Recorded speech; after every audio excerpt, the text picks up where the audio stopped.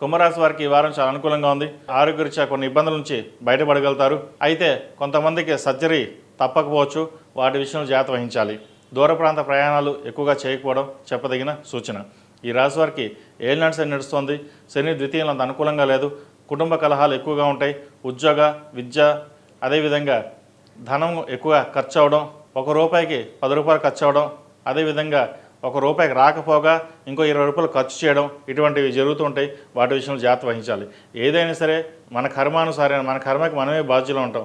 ఒక్కొక్కసారి మనం చేసిన పాపకర్మలే ఈ రోజున అనుభవిస్తున్నాం అన్న బాధ కూడా ఎక్కువగా ఉంటుంది. ఏదైనా సరే గోదానం చేయండి.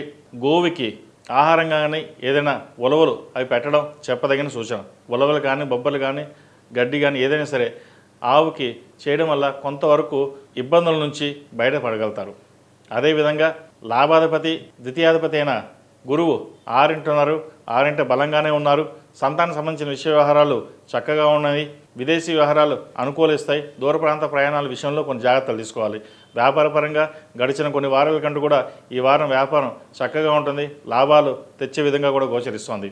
అదేవిధంగా భాగస్వామి మధ్య ఉన్న విభేదాలు తొలగిపోయి ఒకరినొకరు అర్థం చేసుకుని ముందుకెళ్ళడం జరుగుతుంది. అదేవిధంగా ఈ రాశిలో జన్మించిన విద్యార్థులకు కాలం చాలా అనుకూలంగా ఉంది. ఏలినాటి శని నడుస్తున్న జన్మరాశిలో రాహు బలంగా ఉన్నాడు. సప్తమంలో కేతు బలంగా ఉన్నారు. అదేవిధంగా చతుర్థాధిపతి, భాగ్యాధిపతి అయిన శుక్రుడు అష్టమంలో ఉన్నారు. దూర ప్రాంత ప్రయాణాల విషయంలో కొంచెం జాగ్రత్త వహించాలి. కోర్టు కేసులు కాస్త ఇబ్బంది పెట్టే విషయం ఉంటాయి. వాటి విషయంలో కొంచెం జాగ్రత్త వహించండి. ఈ రాశిలో మించిన స్త్రీలకు వృత్తి ఉద్యోగాల పరంగా, వ్యాపార పరంగా సానుకూలంగా ఉంటుంది. చేసే పనిలో కష్టం ప్రత్యక్షంగా కనిపిస్తుంది. గడిచిన వారాల కంటే ఈ వారం చాలా లాభాలు వచ్చాయి. సంతోషంగా ఉందని వ్యక్తపరుస్తారు. ఇది అన్ని ప్రతి ఒక్కరు బంధుమిత్రులతో కలిసి ఆనందంగా గడుపుతారు. దైవదర్శనాలు ఎక్కువగా చేసుకుంటారు. ఏదైనా సరే నలుగురితో ఉన్న ఆనందం వేరు అన్న భావన ఏర్పడుతుంది. ఒకప్పుడు మనం ఒక్కలే ఉన్నాం, మనకు ఎవరు అవసరం లేదనుకున్న మీ భావన ఏదైతుందో అది మార్చుకోవడం కూడా ఒక అందుకు మంచిదే అని చెప్పవచ్చు. ఏలినాటి శని నడుస్తున్నప్పుడు కొన్ని అలా జరుగుతుంటాయి, కొన్ని ఇలా జరుగుతుంటాయి. ఏదైనా సరే ఏలినాటి శనిలో మనకంటూ జీవిత గుణపాఠం నేర్పించింది అనే భావన ఏర్పడుతుంది. మొత్తం మీద గడిచిన కొన్ని వారాల కంటే ఈ వారం వీళ్ళకి చాలా అనుకూలంగా ఉంది. ప్రతిరోజు ప్రతినిత్యం ఓనమి శివతులతో దీపారాధన చేయడం, అదేవిధంగా అఘోర పాశుపత హోమం చేయించడం చెప్పదగినది.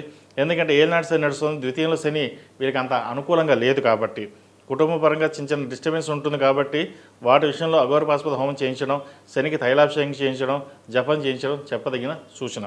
ఈ రాశిలో జన్మించిన వారికి కలిసి వచ్చే సంఖ్య 6, కలిసి వచ్చే రంగు స్కై బ్లూ. ఏదైనా పని మీద బయటకు వెళ్ళేటప్పుడు ఆదివారం కానీ శుక్రవారం అడిగిన వెళ్ళండి. మంచి ఫలితాలు సంప్రాప్తిస్తాయి.